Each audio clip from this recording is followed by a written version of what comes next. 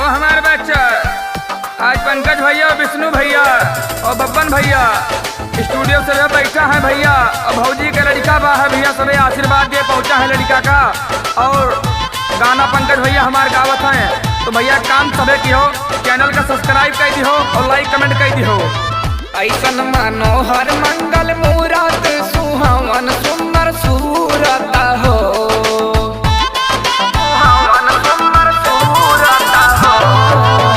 ऐसन मनोहर मंगल मूरत सुहावन सुंदर सूरत हो। ललनाए करे के ललनाए करे के रहल हा जरूरत मुहूर्त खूबसूरत हो। ललनाए करे के रहल हा जरूरत मुहूर्त खूबसूरत हो।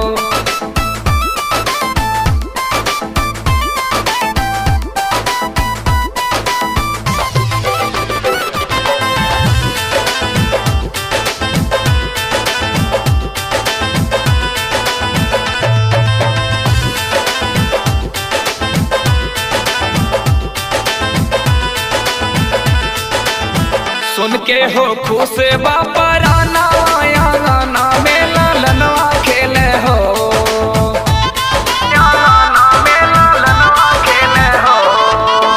सोनी के खुशी बापा राना गाना ललनवा खेले हो। भौजी नाची नाची ए भौजी नाची नाची सोनवा लुटावे बबुआ के खेलावे हो। भौजी नाची नाची ललुआ खेलावे सोनावा लुटावे हो।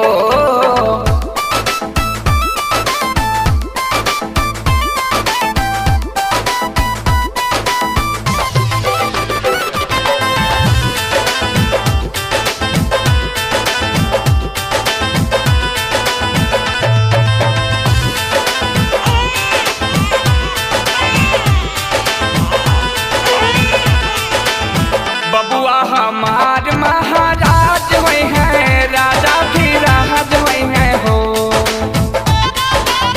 राजा भी राज हुए हैं हो। बबुआ हमार महाराज हुए हैं, राजा भी राज हुए हैं हो। ललना ढाक में हीरा पोखराज हुए हैं, सिरवा के ताज हुए हैं हो। ललना ढाक में हीरा पोखराज हुए हैं, सिरवा के ताज हुए हैं हो।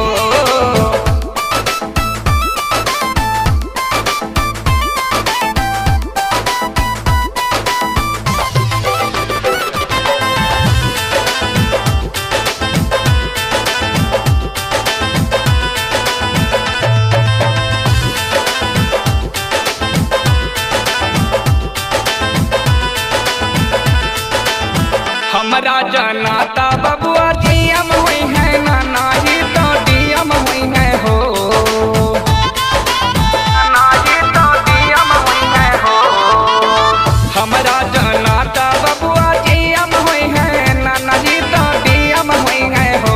ललना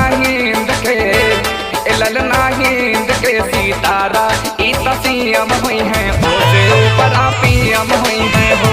ललना हिंद के सितारा ई तो सीएम हुई है, ओसे